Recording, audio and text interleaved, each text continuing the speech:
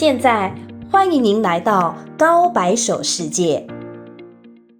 지난달 28일 토트넘의 손흥민은 프리미어리그 10라운드 크리스털 팰리스와의 원정 경기에서 올 시즌 8번째 골을 기록하며 다시 한번 팀의 승리를 견인했습니다. 토트넘은 9라운드까지 홈에서 4번, 원정으로 5번의 경기를 치렀는데 홈에서는 4연승인 반면 원정에서는 3승 2무로 2번이나 비겼기 때문에 이번 팰리스와의 원정 경기는 선두를 유지하기 위해 매우 중요한 시합이었습니다. 전반에 고전했던 토트넘은 후반 8분 상대 수비에 자책골이 나오면서 1대0으로 앞서가고는 있었지만 손흥민은 경기 내내 상대팀의 집중 견제로 인해 쉽게 기회를 얻지 못하고 있었습니다. 하지만 후반 21분 손흥민은 골문 근처에서 브레넌 존슨의 패스를 받아 왼발로 가볍게 밀어넣어 멋진 골을 만들어냈습니다. 빅리그에서 최고 공격수로서 오랜 경험이 빛나는 정확한 경기 흐름의 파악과 탁월한 위치 선정이 돋보이는 결승골이었습니다. 크리스털 팰리스전을 앞두고 토트넘의 포스테코 그루 감독은 손흥민에 대해서 맨체스터 유나이티드 시절에 크리스티아누 호날두와 비슷하다고 평가했는데 그건 결코 빈말이 아니었습니다. 손흥민은 이 경기로 인해 이번 시즌 4번째 맨 오브 더 매치에 선정되었으며 풋몹은 손흥민의 평점을 모든 선수들 중에서 가장 높은 7.7점으로 평가했습니다. 영국 언론 역시 토트넘과 손흥민의 무서운 상승세를 앞다투어 보도하고 있습니다. 조에 워드의 자책골과 손흥민의 골로 스퍼스의 시즌 무패 행진을 10경기로 늘렸고 챔피언 맨체스터 시티와의 차이를 벌렸다. 패리스는 최근 3게임 연속 승리하지 못하며 승점 12점으로 11위를 기록했으며 스퍼스는 리그 4연승을 달리며 10경기 만에 승점을 26점으로 끌어올렸다. 하지만 아직 토트넘이 안심하기에는 이릅니다. 10월 30일 맨체스터 더비에서 맨시티가 맨체스터 유나이티드를 3대0으로 박살내며 승점 24점으로 토트넘을 바짝 추격하고 있기 때문입니다.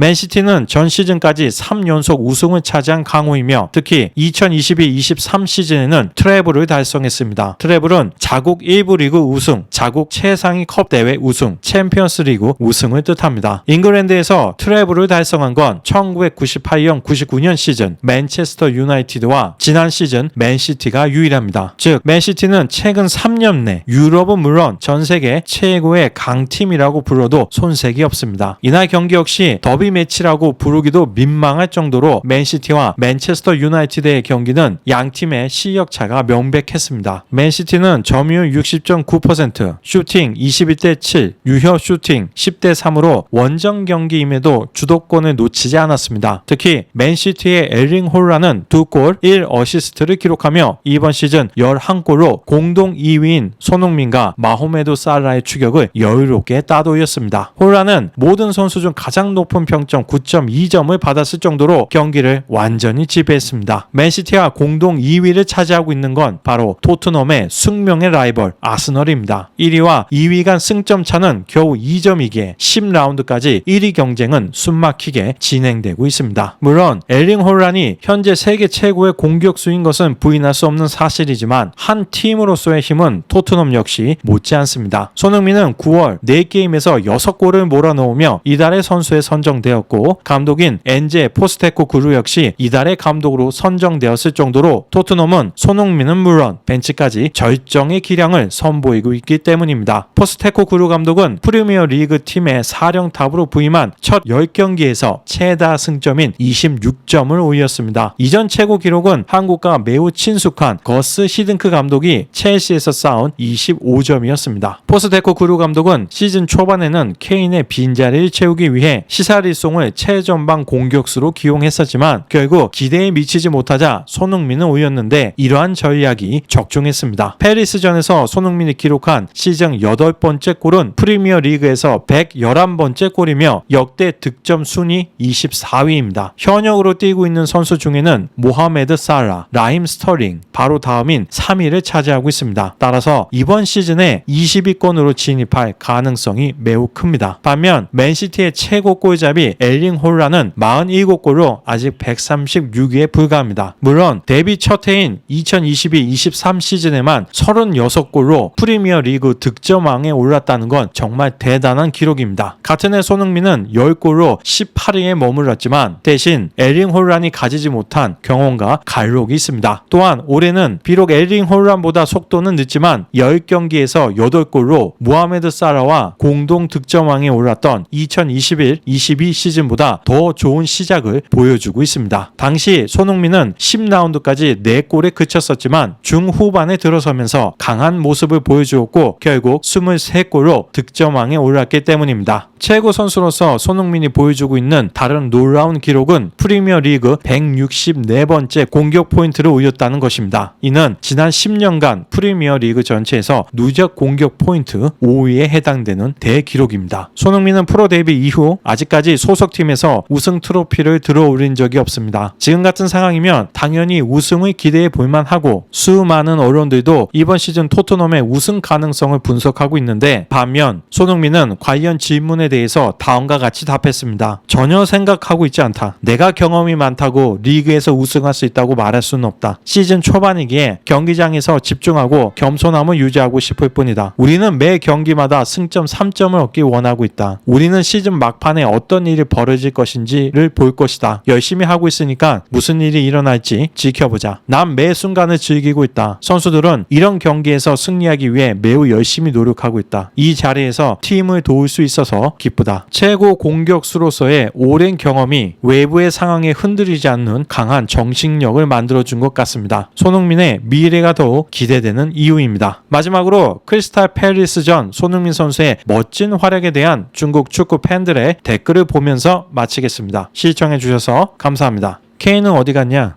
나를 놀라게 하지 마라. 케인이 팀을 지체시킨 거냐?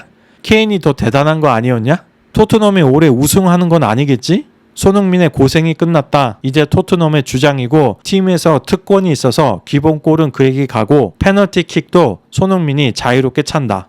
그해 유럽 챔피언스 리그 결승전에서 토트넘 감독은 솔직히 케인을 벤치에 앉힐 엄두를 내지 못했다. 만약 케인이 없었다면 리버풀은 2대0으로 우승할 수 없었을 거다. 8승 2무 케인이 떠나고 메디슨이 팀 전체의 활기를 살려서 기세를 타기 시작했다.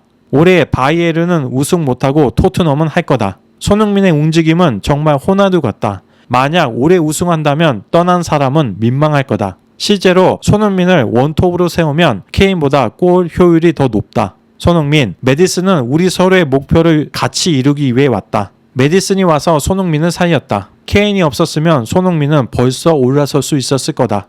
과연 손흥민을 막을 수 있는 사람은 케인뿐이다. 대단하다. 이번엔 우승을 다툴 거다. 케인이 떠나자 토트넘이 용맹해졌다. 알겠어. 케인이 손흥을 지체시켰어. 토트넘은 이번 시즌 정말 사기가 높다.